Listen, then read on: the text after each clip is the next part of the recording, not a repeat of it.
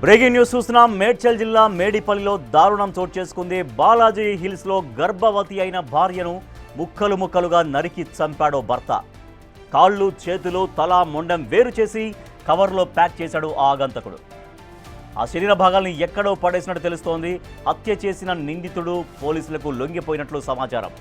ప్రతాపసింగారం వద్ద మూసీలో బాడీ పార్ట్స్ను పడేసినట్లు చెబుతున్నాడు. నిందితుడిని అదుపులోకి తీసుకుని పోలీసులు దర్యాప్తు చేస్తున్నారు.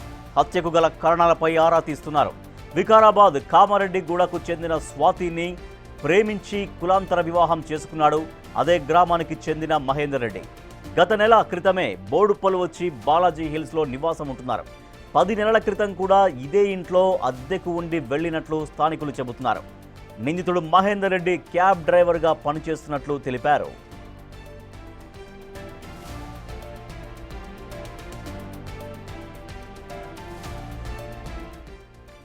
పెళ్లైన రోజు నుంచే ఇద్దరి మధ్య గొడవలు జరుగుతున్నాయని తెలిపారు మహేందర్ రెడ్డి తల్లిదండ్రులు.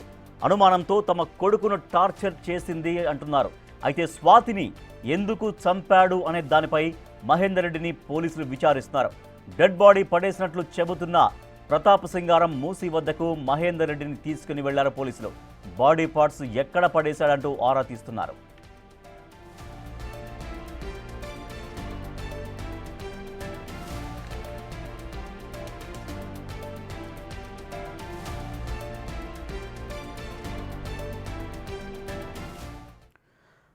మేడ్చల్ జిల్లా మేడిపల్లిలో ఈ దారుణం చోటు చేసుకుంది. బాలాజీ హిల్స్లో గర్భవతి అయినటువంటి భార్యను ముక్కలు ముక్కలుగా నరికి చంపాడు భర్త. అత్యంత కిరాతకంగా హత్య చేసి వాటిని ఆ బాడీని మొత్తం ముక్కలు ముక్కలు చేసి కవర్లలో పట్టుకెళ్ళి మూసీలో పడేశాడు. దీనిపైన పోలీసులు విచారిస్తున్నారు. మా ప్రతినిధి సుజాత మరింత సమాచారం ఉంది. సార్, సుజాత, మూసీ దగ్గర సెర్చ్ చేస్తున్నారా? ఎక్కడ పడేశాడు అనే విషయం చెప్పాడా పోలీసులకు ఎగ్జాక్ట్గా? రాజేష్, మేడిపల్లి పోలీస్ స్టేషన్ పరిధిలో దారుణం చోటు చేసుకుంది. నిన్న రాత్రి 10 గంటల ప్రాంతంలో మహేందర్ రెడ్డి తన భార్య స్వాతిని అత్యంత కిరాతకంగా హతమార్చి ప్రతాప్ సింగారం మూసీలో పడేసినట్లు అటు స్వయానా తనే ఉప్పల్ పోలీస్ స్టేషన్కి వెళ్ళి లొంగిపోయాడు. ఆ తర్వాత ఉప్పల్ పోలీస్ స్టేషన్కి ఈ కేసు రాదు అని అంటూ పోలీసులు మేడిపల్లి పోలీసులకి మహేందర్ రెడ్డిని అయితే అప్పగించారు. ప్రస్తుతం సీన్ అసలు నిన్నటి నుంచి ఏం జరిగింది, మహేందర్ రెడ్డి ఎందుకు అత్యంత కిరాతకంగా స్వాతిని చంపాడు అని చెప్పేసి పోలీసులు ఆరా తీస్తున్నారు. మరోవైపు ప్రతాప్ సింగారం కొద్దిసేపటి క్రితమే తను పడేశాను అని చెప్తున్నటువంటి స్పాట్కి మహేందర్ రెడ్డిని తీసుకువెళ్లారు. అసలు ఎక్కడ స్వాతిని ఎన్ని ముక్కలుగా నరికి చంపాడు, ఎక్కడెక్కడ పడేశాడు, క్లూస్ కూడా సేకరించే పనిలో పోలీసులు ఉన్నారు. ప్రస్తుతం మనం మేడిపల్లి పోలీస్ స్టేషన్ వద్ద ఉన్నాం. అయితే గత సంవత్సరం క్రితము జరిగినటువంటి కేసు, గురుమూర్తి కేసు ఏదైతే ఉందో సేమ్ యాస్టీస్గా ఆ కేసే మళ్ళీ కనిపిస్తుంది. ఎందుకంటే ఆ రోజు జిల్లెలగూడలో గురుమూర్తి తన భార్యని అత్యంత కిరాతకంగా హతమార్చినటువంటి సేమ్ యాస్టీస్ ఈరోజు మేడిపల్లి బాలాజీ హిల్స్లో చోటు చేసుకుంది. ప్రస్తుతం మహేందర్ రెడ్డి తల్లి మనతో పాటు ఉన్నారు. బిగ్ టీవీతో ఎక్స్క్లూజివ్గా మాట్లాడే ప్రయత్నం చేద్దాము. చెప్పండి అమ్మా, మహేందర్ రెడ్డి అసలుకి భార్యని హత్య చేస్తాడా? లేదు మేడం, వాళ్ళిద్దరు ప్రేమించుకొని పెళ్లి చేసుకోరు, మంచిగానే ఉన్నారు ఇప్పటి వరకు. ఆమెనే ఆమె ఇష్టం, ఇక మేము మమ్మల్ని కాదా అని ఆమె వాళ్ళు వెళ్ళిపోయిండు. అప్పటి నుంచి వాళ్ళ గురించి మేమే వదులుకున్నాం మేడము. మమ్మల్ని వదులుకొని ఆడిపోయినప్పుడు దాంతో మాకేం సంబంధం, మేము వదులుకున్నాం. ఇక మాటలు లేవు, ముచ్చట లేదు, ఫోన్ లేదు, ఏం లేదు మేడం. అంటే ఎన్ని సంవత్సరాల క్రితం వాళ్ళు పెళ్లి చేసుకున్నారు? వాళ్ళ మధ్య ఏమైనా గొడవలు ఉన్నాయా? గొడవలు మంచిగానే ఉన్నారు మేడం, మంచిగానే ఉన్నారు. ఆమెనే అప్పుడప్పుడు పోలీస్ స్టేషన్కి ఇచ్చింది, మహిళా మండలం ఇచ్చింది, కోర్టు దాకా పోయింది మేడం. ఎందుకు అంటే మహేందర్ రెడ్డి మీద ఏమన్నా అనుమానమా? మా మీద ఇచ్చింది, మహిళా మండలం ఇచ్చింది, కోర్టుకి ఇచ్చింది, నేను చెయ్య సంసారం అన్నది. ఇక మీరిద్దరు ఏమన్నా చేసుకోండి అని వదిలించుకున్నాం మేడం, మేమే ఇడిచిపెట్టినాం. ఇక అంటే గతంలో స్వాతి కుటుంబ సభ్యులు ఏమన్నా మీ మీద దాడి చేయడం కానీ ఏమన్నా చేసి పెళ్లి వాళ్ళు లేచిపోయిన నాడు మాకు తెలియదు మేడం. ఎప్పుడు వచ్చి తోలుకపోయిండో ఆమె కెరక ఆయన కెరక. పగలుగా అయిన దాకా మాకు తెలియదు. పగలైనాక ఇంటి మీదకి వచ్చి ఇంట్లో సోఫాలు వాళ్ళ కొట్టిరు, కుర్చీలు వాళ్ళ కొట్టిరు, నా కొడుకు మీద, నా మీద, నా మోహన్ మీద డీజిల్ పెట్రోల్ పోసిర్రు మేడం. పుల్లలు గీరి కూడా వేసిర్రు. ఇక అందరూ ఆలీలో వచ్చి అందుకురు. మేము అప్పుడే పోలీస్ స్టేషన్కి పోయినాం మేడం. అంటే మహేందర్ రెడ్డి ఎప్పుడన్నా చెప్పేవాడా మీతో? మాకేం చెప్పలేదు. అదంతా మాకు అస్సలు ఆయన పోయింది కూడా మాకు తెలియదు మేడం. పోయినాకనే పక్క వాళ్ళు అంతా చెప్తే అప్పుడు మేము బయటకు వచ్చి చూసేళ్ళకి వాళ్ళు మాకు రప్పున మూతకొచ్చి డీజిల్ పెట్రోల్ మొత్తం కలిపి ఇల్లు అంతా పోసిరు, మా మీద పోసిరు.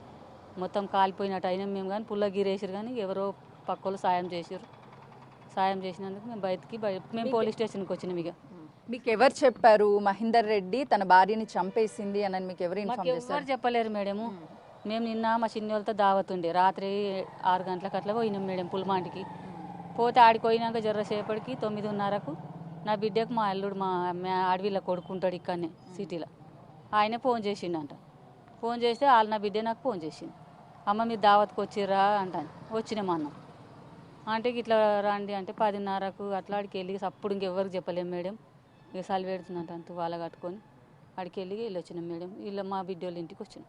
అసలుకి స్వాతి మహేందర్ రెడ్డి ఎక్కడుంటున్నారు, ఎలా ఉన్నారు అనేది మీకు ఏమన్నా తెలుసా? ఫస్ట్ మేము ఉన్నప్పుడు ఫస్ట్ మంచిగా ఉన్నప్పుడు ఉన్న రూమ్లో గక్కనే వాళ్ళు ఆయన డ్యూటీ చేసేది ఇక్కే ఉన్నారు మేడం.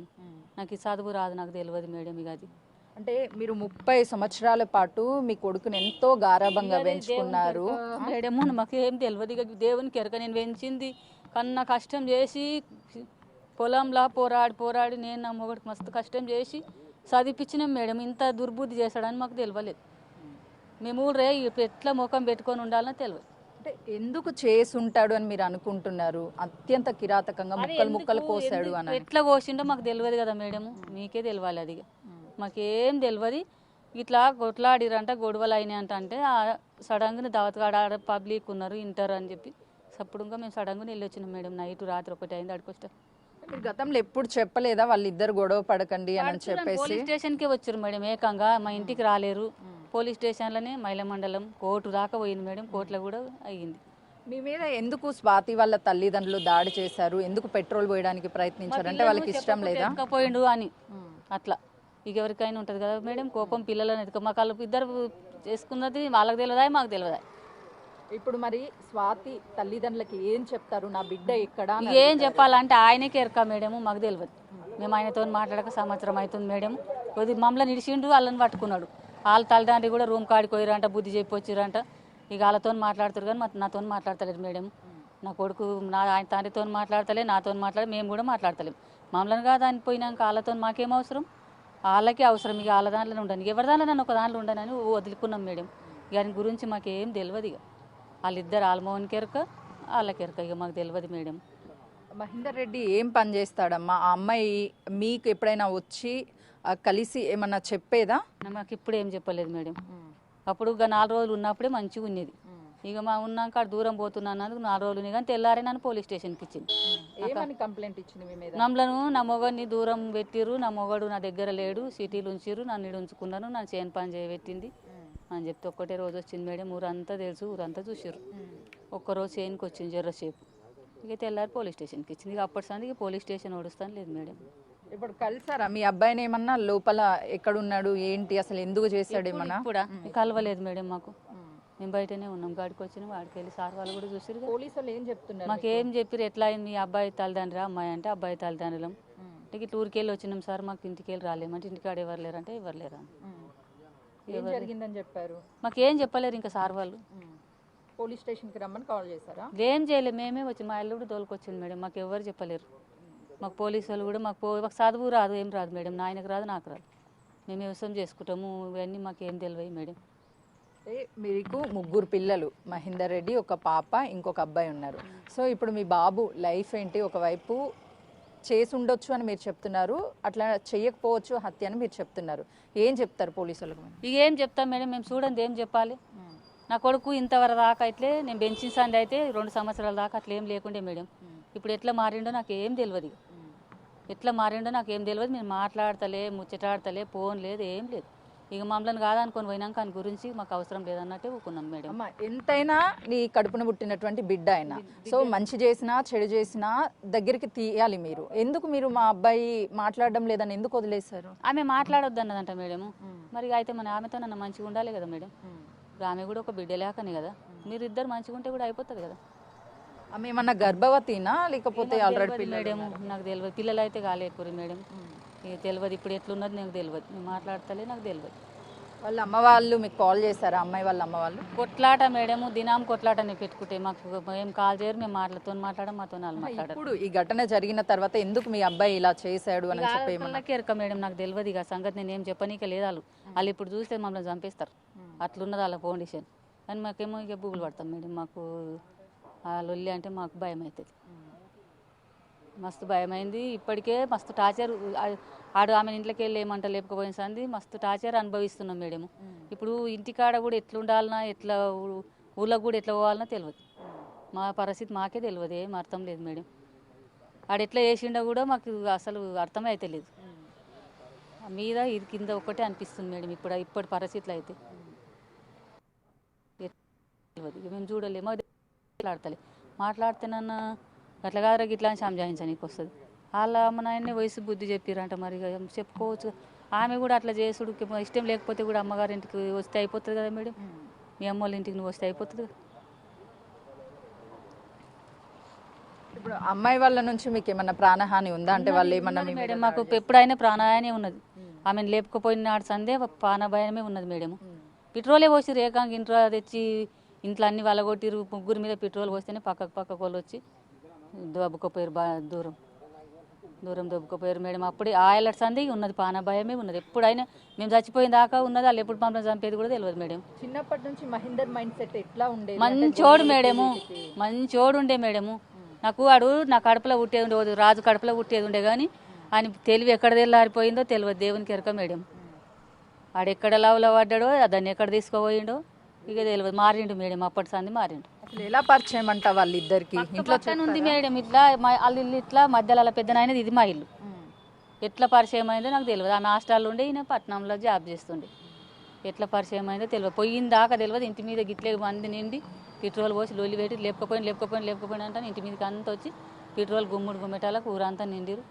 మమ్మల్ని ముగ్గురిని బట్టి అక్కడ బయటకు దొబ్బిర్రు. ఇక ఆయిలర్స్ అంది. ఇక ఇదే టార్చర్ మేడం. పెళ్లి మీరే చేశారా లేకపోతే వాళ్ళు ఫస్ట్ లవ్ మ్యారేజ్ చేసుకొచ్చారు మేడము.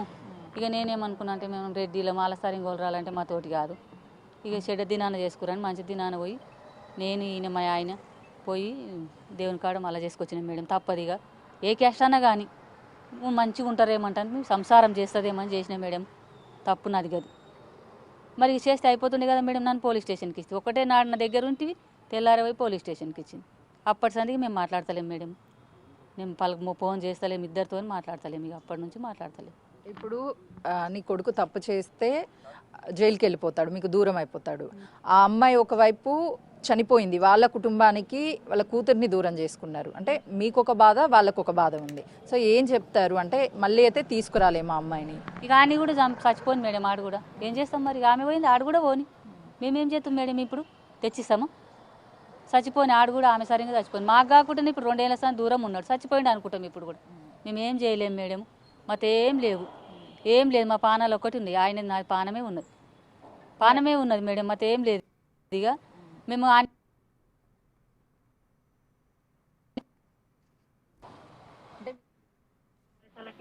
మాకేం తెలియదు. ఇక మేమేం చెప్పనీకే లేవు. నాకు చదువు రాదు, గిట్లా కాదు మేడం, గిట్లా అని చెప్పనీకే రాదు. లేకపోతే కూడా కానీ మేము అలా టార్చర్ భరించలేము మేడం. వాళ్ళు ఎప్పుడు మమ్మల్ని ఏం చేసేది కూడా మాకు తెలియదు మేడం. మహేందర్ రెడ్డి తల్లి తన ఆవేదనని వ్యక్తం చేస్తుంది. ప్రేమించి పెళ్లి చేసుకున్నాడు, తర్వాత ఇంట్లో నుంచి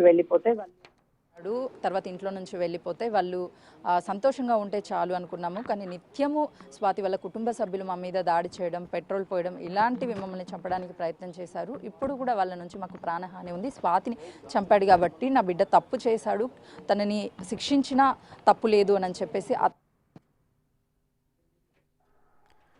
right, thank you Sujatha. Swathi, Mahender Reddy ఇద్దరు ప్రేమించి పెళ్లి చేసుకున్నారు.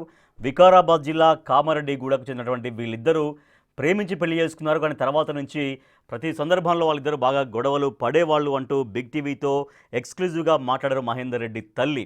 అయితే మహేందర్ రెడ్డి స్వాతిని అత్యంత దారుణంగా, కిరాతకంగా చంపేసి ముక్కలుగా నరికి ఆ డెడ్ బాడీ పార్ట్స్ మొత్తం కవర్లో పెట్టుకొని ప్రతాప సింగారంలో మూసీలో పడేసినట్టుగా ఆ నిందితుడు స్వయంగా వచ్చి పోలీసులకు లొంగిపోయాడు. సో పోలీసులు ఇప్పుడు మూసీలో సెర్చ్ చేస్తున్నారు, ఎక్కడ పడేశాడు, ఆ డెడ్ బాడీ పార్ట్స్ ఎక్కడ పడేశాడంటూ అక్కడ మూసీలో వాళ్ళు వెతికే ప్రయత్నం జరుగుతుంది. కానీ అత్యంత దారుణమైనటువంటి ఘటన, ఒళ్ళు గగురు పొడిచేటువంటి ఒక దిగ్భ్రాంతికరమైనటువంటి ఘటన ఇది. సో ప్రేమించి పెళ్లి చేసుకొని భార్యని ముక్కలుగా నరికినటువంటి అత్యంత పాశవికమైనటువంటి ఘటన జరిగింది మేడిపల్లి పోలీస్ స్టేషన్ పరిధిలో. సో దీంతో ఒక్కసారిగా మొత్తం అంటే ఇంత దారుణంగా, ఇంత క్రూరంగా ప్రవర్తిస్తున్నటువంటి వైనం మరోసారి బయట